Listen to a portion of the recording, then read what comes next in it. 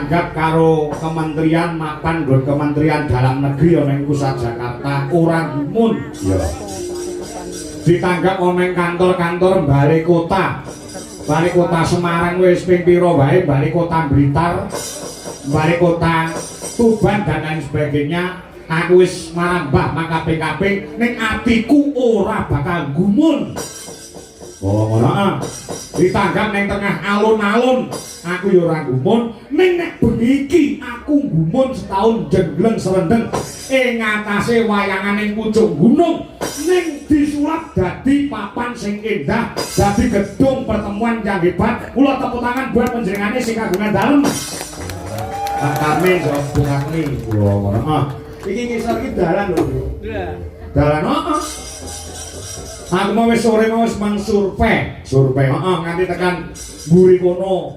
Waduk utawa bendungan jerantah iki ketok. Oh, ngono ngono lek kowe ditanggap ning nggon sing kota-kota ngono ora gumun.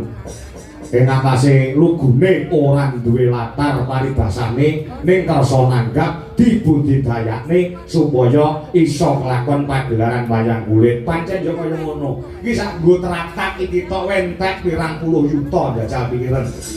Oh, ngono ya iya. Iki bot-bote apa to? Ana tetembungan anak polah bapa kepradah. Oh. Lire piye? Panjenengane sepisan Pak Tarmin. Ya. Nalika biyen duweni unek-unek ana jroning ati.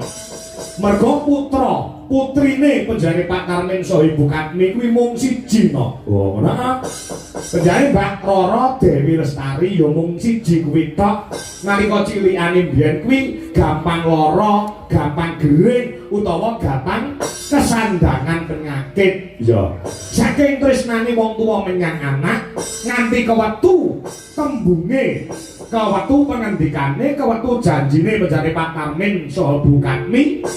Nduk kowe sehat to, kowe waras nduk Dewi Lestari. Sok nek kowe sehat, kowe waras diparingi panjang umur. Sok nalika kowe entuk jodoh, nalika kowe pas rabi tak tanggapke wayang. Alhamdulillah Gusti Allah Subhanahu wa taala ijabahi apa sing dadi ujare panjenengane Bapak Tarmin saha Ibu begiki wis kelakon dalam rangka miwuh putra Mahardya Siri penjane Mbak Dewi Lestari lawan Proto Mas Bagus Anwar bisa gelar pagelaran wayang kulit. Dengan demikian para tamu undangan yang dihadirkan utawa diundang pada malam hari ini sebagai saksi dan sebagai bukti bahwasanya utange panjenengane Pak Tarmin wis disaur lunas-nas, wis ora ana sing utang, ora ana sing mutangake, disaur lunas bengi iki wis ora ana sing utang meneh, wis nir ing sambekala utange wis dilunasi dalu menika.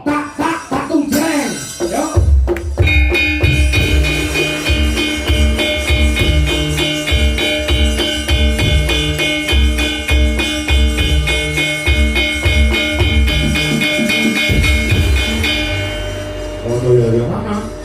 Jadi bengi intine kuwi. Oh, heeh. Ya. Ya kesoke dawuh. Heeh. Mula para tamu undangan sing awan mau kepareng rawuh dalu menika dipun suwuni pandonga ya. Utamane kelawan panjenengane Bapak Tarmin saha Ibu Katmi, medune kelawan panjenengane Mbak Dewi Lestari saha Mas Saiful Anwar ya ingkang mijil saking Tegal Jawa Tengah. Bengi wis kinalungan kanugrahan dening Kurbani Gusti Kang Maha Wikan. Awan mau wis diijabke lan ditemokake. Muga-muga dadi temanten ingkang sakinah mawaddah warahmah, maslahah bidine kata akhirah, bisa menciptakan baiti janati, rumahku adalah surgaku, dan segera diberikan momongan utawa putra putri sing solehah, putra kakung sing soleh, bisa dadi asana nutukake marang sejarahe panjenengane Pak Tarmin, Mbak Dewi Lestari dan Mas Saiful Anwar. Oh, anak kuwi penting. Anak kuwi penting kok. Wong rabi kuwi pirang-pirangane taun nek ora ndang diwenehi anak bingung lho. Oh, heeh. Mergo anak kuwi kanggo sono nutuke sejarah kuwi mau. Oh iya. Ya ngesake dawuh. Heeh. Nek bab perkara ilmu pendidikan, manten wedok karo manten lanang ki dhuwur. Oh ngono. Heeh. Luwih pinter nek perkara pendidikan. Nek perkara gawe anak, jek pinter aku timbang mantene. Ngono Iya. Perkara ilmu gawe anak, iya.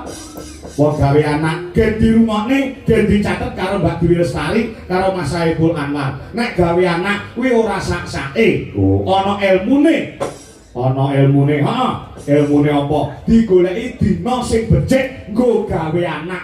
Dina sing apik kanggo gawe anak kuwi malam Jumat, kuwi diarani sunah Rasul. Wong lanang karo wong wedok nek wis diakate nikah sah negara lan agama, kuwi nek kumpul karo bojo. Lah kelon-kelon. Ya. Kuwi yen dilakoni malam Jumat, kuwi ganjarane kuwi 1000 derajat kamulyan. Malam Jumat ki 1000. Heeh. Nek malam Senin karo malam Kamis kuwi mung 500. Sakliyane dina telu kuwi mung nyatusan. Nyatusana nek bendina ping 10 ya mangga 1000 lho. Tapi agama iki ngono kuwi. Tur padha wae nek wong lanang karo wong wedok nglakoni kumpul gawe anak kok malam Jumat padha karo mateni iblis 100. Wong lanang karo wong wedok nek malam Jumat kumpul padha karo mateni iblis 100. Heeh. Pamane Mas Saiful kuwi gaweane akeh nganti lali. Mbak Dwi Lestari kok kudu ngelikne. Ngelikne piye? Bar ngisake dheleke Mas Saiful. Nuwun sewu apa ora pengin mateni iblis 100 ngono pamane. Heeh. Iya. Wong gawe anak ki ana pantangane. Ana. Aja gawe anak pas ra nang omah.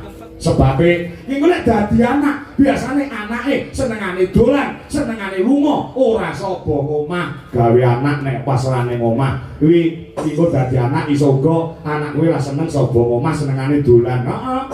Ana pantangane meneh gawe anak. Ana. Aja gawe anak nek pas kesusu arep lunga. Iki golek dadi anak, bakale anak kuwi mau bakale boros, cokol mokso nentekne bandane wong tuwa. Ngono heeh. Iya. Nah, sing angka 3. Aja gawe anak udo mblejet.